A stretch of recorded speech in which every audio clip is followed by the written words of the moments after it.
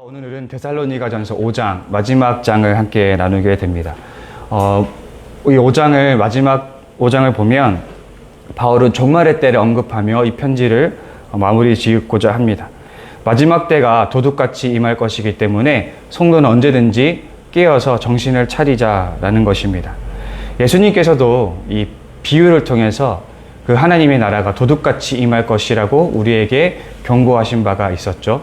그래서 성도는 언제든지 하나님 나라가 마지막 날이 도래하더라도 당황하지 않고 그날을 준비할 수 있도록 깨어 있어야 하는 것입니다. 그렇다면 그 종말의 때를 어떻게 깨어서 어떤 태도로 살아가야 하는가, 그것이 바로 오늘 본문이 이야기하고자 하는 바입니다. 바울의 권면은 먼저 지도자와 성도들의 관계에 대한 문제를 먼저 시작을 합니다. 12절에 너희 가운데서 수고하고 주 안에서 너희를 다스리며 권하는 자들을 너희가 알고 라고 이야기를 합니다. 근데 여기서 너희가 알고 라는 말은 정확하게 풀어서 말하자면 너희가 그것을 알아주라 라는 의미입니다. 여기서 수고하고 다스리며 권하는 자들은 모두 한 부류의 사람을 이야기하는데, 다시 말해 지도자들을 이야기하는 것이죠. 그렇다면 지도자들은 어떤 사람들일까요? 그들을 수식하는 세 가지의 단어를 우리가 함께 살펴보기를 원합니다. 먼저는 수고한다라는 단어는 누군가를 위해서 고된 노력을 한다라는 뜻입니다. 또 다스리다라는 단어는 우리가 아는 좀 단어와는 다르게 주의를 기울이다, 또 인도하다, 또 돌보다라는 뜻이 있습니다. 그리고 권하다라는 단어는 권면하다, 또 훈계하다라는 단어를 의미를 가지고 있습니다. 이처럼 지도자들은 성도들을 향해 헌신하는 자들이며 그들을 주의를 기울이며 돌보는 사람들이고, 동시에 그들이 나쁜 길에 빠지지 않도록 적절한 때에 훈계하는 사람들이라고 우리가 볼 수 있습니다. 이 사람을 좀 쉽게 우리가 이해해 보자면 우리가 부모님을 떠올려 볼 수 있을 것 같습니다. 부모님들이 자식을 위해서 얼마나 헌신적으로 노력하며 또 그들을 돌보는지, 또 그뿐만 아니라 그들이 안 좋은 길을 가지 않도록 바른 훈육을 행하는 그런 이제 역할을 맡은 사람들이 이제 부모님이라고 우리가 흔히 생각할 수 있습니다.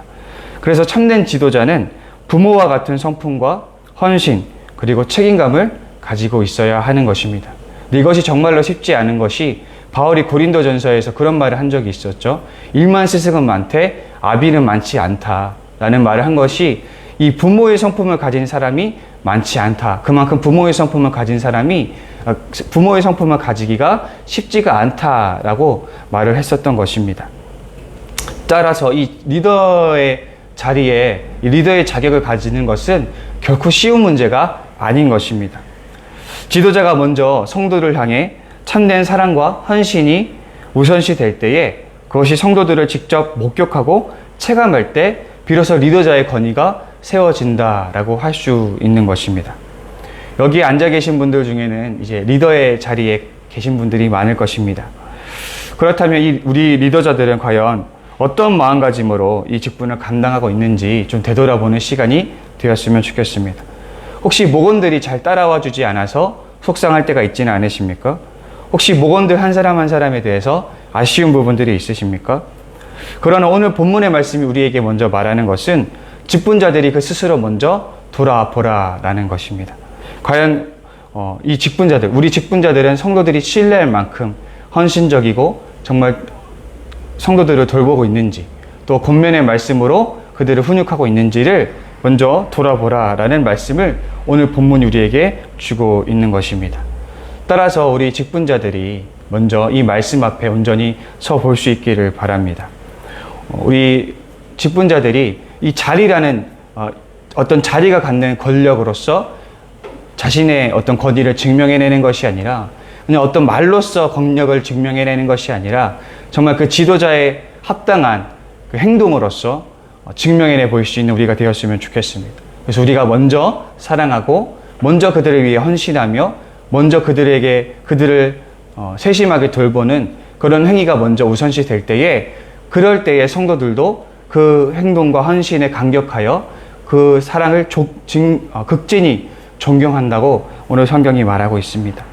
그러니 우리 리더자들이 먼저 솔선수범할 수 있는 그런 리더자들이 될 수 있기를, 그래서 성도들이 기꺼이 신뢰하고 따를 수 있는 그런 우리 직분자들 모두 다 되실 수 있기를 간절히 소망합니다. 또 그런가 하면 이 성도들은 연약한 지체들을 사랑하고 아껴줄 수 있어야 합니다. 14절입니다. 또 형제들아 너희를 권면하노니 게으른 자들을 건계하며 마음이 약한 자들을 격려하고 힘이 없는 자들을 붙들어주며 모든 사람에게 오래 참으라 라고 말하고 있습니다. 여기서 게으른 자들은 이 교회 규범을 벗어나 무질서하게 행동하는 사람들을 일컫거나 또는 자신의 일을 하지 않는 말 그대로 게으른 사람들을 의미합니다. 그리고 마음이 약한 자들은 심약한 사람들, 겁이 많고 심약한 사람들, 자신감이 떨어진 사람들이라고 우리가 해석해 볼 수 있고요. 또 마음이 약한 자들은 이제 믿음이 약한 자들이라고 우리가 표현할 수가 있습니다. 이 사람들은 유혹과 시험에 곧잘 넘어지는 사람들, 쉽게 낭망하는 사람들이라고 우리가 좀 해석해 볼 수 있습니다. 이렇게 교회 안에는 유달리 연약한 모습을 가지고 이렇게 사람들의 관심이 필요한 지체들이 있습니다.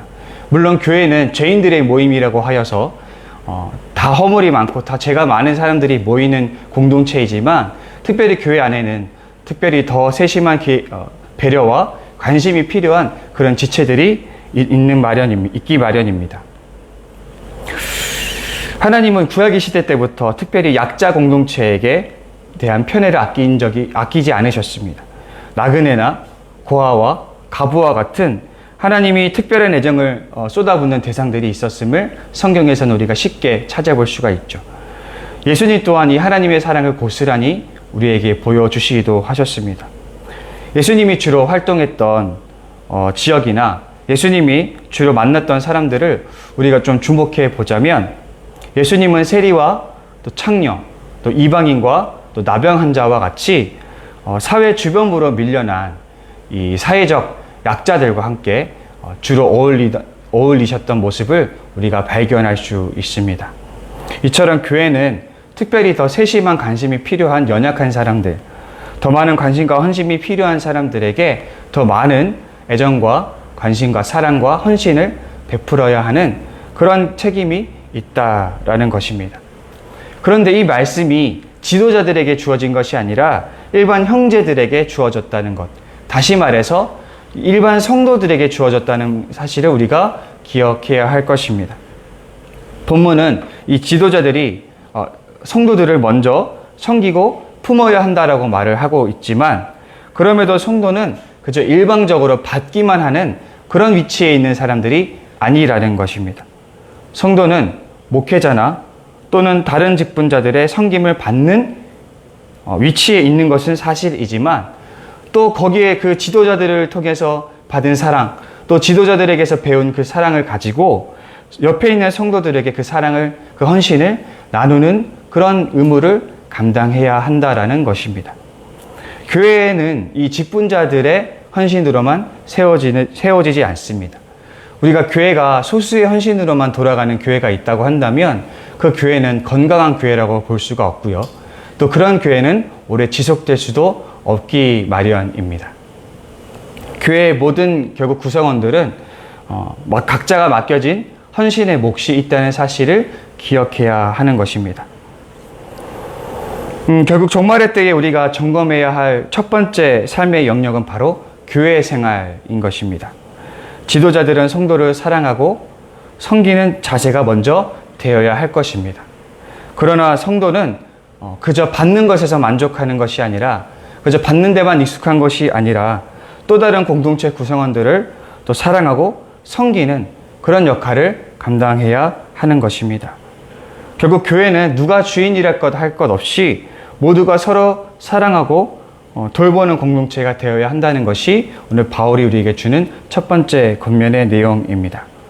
그래서 우리가 이 종말의 때에, 우리가 이 마지막 때에 우리는 과연 그런 교회로서 성장하고 있는지를 좀 점검해 볼 필요가 있지 않는가.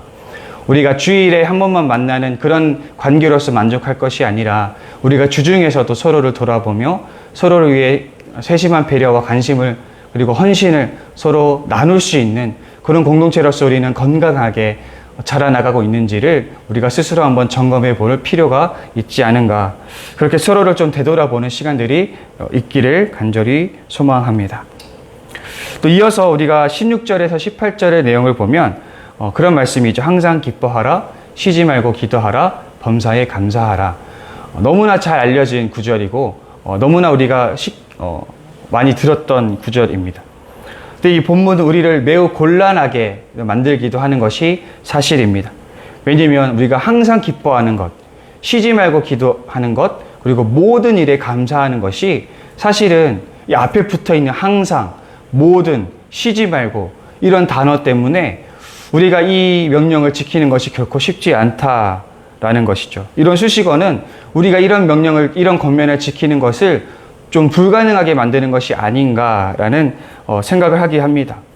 더구나 이 말씀이 주어졌던 이 데살로니가 전서의 교인들은 그 당시에 강도 높은 박해와 핍박에 시달리고 있었습니다. 그런 박해와 핍박에 시달리는 사람들에게 모든 일에 감사하고 항상 기뻐하라라는 이 명령이 사실은 순종하기가 굉장히 어려워 보이는 것이 사실이죠. 따라서 이런 권면들은 어떤 자연적인 본성에서 자연스럽게 흘러나오는 어떤 그런 덕목이라기보다는, 그런 행위라기보다는 우리가 특별히 노력해서 이루어야 할 신앙적인 덕목으로 보이는 것입니다. 21세기를 살아가는 우리 현대인들에게는 우리는 조금은 다른 상황에 놓여 있습니다. 오늘날 우리는 우리 대한민국 사람들은 이런 강도 높은 박해와 핍박을 시달리지는 않습니다. 그러나 어느 때보다도 정신질환자가 속출하고 있는 이 시대에 핍박과 박해가 없다 해서 우리의 삶이 훨씬 더 수월하다, 고통이 없다라고 말할 수 있을까라는 질문을 던져보자면 사실은 쉽지 않은 것이 사실이죠. 신앙이 있던지 없던지 간에 삶에 아무런 고난과 수고가 고민이 없다고 말할 수 있는 사람은 없을 것입니다.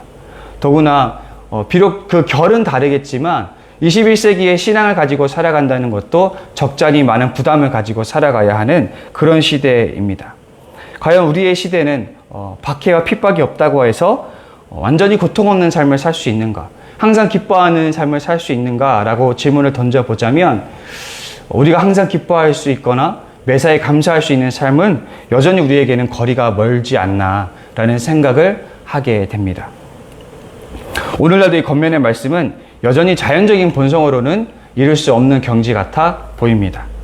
그래서 우리는 이 18절에 그리스도 예수 안에서라는 이 문장을 조금은 주목해 볼 필요가 있습니다.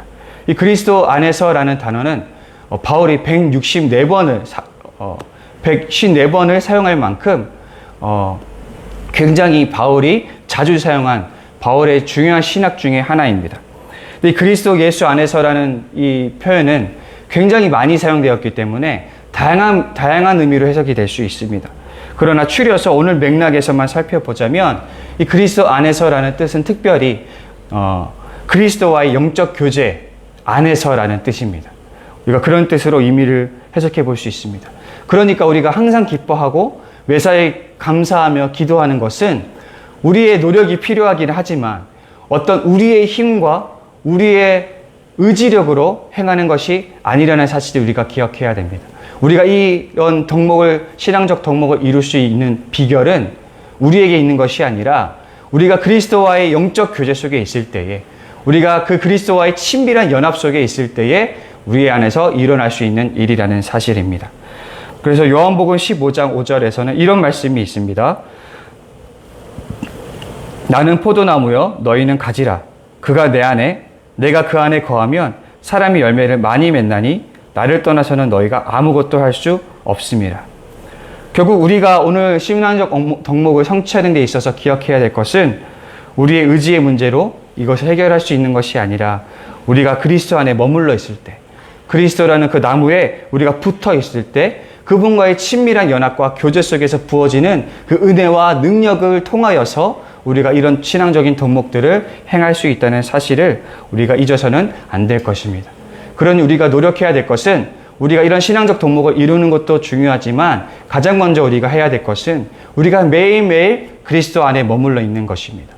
그리스도와의 친밀한 교제 속에 머물러 있어서 그리스도를 충만히 누리고 주님과 가까이 있을 때에 우리가 이 신앙적 덕목을 누릴 수 있다는 사실을 우리가 반드시 기억해야 할 것입니다. 우리가 처음 하나님을 만났을 때 복음이 나에게 문자가 아닌 실제로 경험되었을 때를 한번 떠올려 보자면 여러분들도 다 동의를 하실 것입니다. 여러분들이 그 복음을 진실로 깨달았을 때, 하나님의 사랑을 진실로 체감했을 때에 우리가 그 은혜와 복음 때문에 감사하지 않았습니까? 기뻐하지 않았습니까?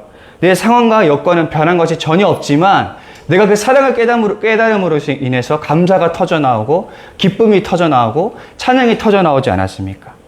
오늘도 복음은 우리에게 동일한 가치가 있는 줄을 믿습니다. 그 복음에 숨겨진 하나님의 놀라운 사랑과 은혜와 복음의 정수가 능히 우리를 기쁨에 이르게 만들며 감사하게 할 줄을 믿습니다. 그래서 우리 지저스처치 성도 여러분, 그리스도 안에 온전히 머물러 계시기를 바랍니다. 예수님과의 교제를 즐기며 누릴 수 있기를 바랍니다. 그래서 상황과 여건을 초월한 기쁨과 감사와 기도로 그렇게 신앙적 덕목을 이루어가는 우리 모두가 될 수 있기를 소망합니다. 이 앞에 나왔던 구절들이 조금 긍정적인 명령에 관한 것이라면 이 뒤에 나오는 구절들은 조금 부정적인 명령에 관한 것입니다. 성령의 불을 소명하지 말고 예언을 멸시하지 말라라는 구절이 이어서 나오는데 여러 주석서들은 이 성령의 불을 다음 구절인 예언을 소멸하지 말라라는 말과 이제 연관지어서 해석을 합니다.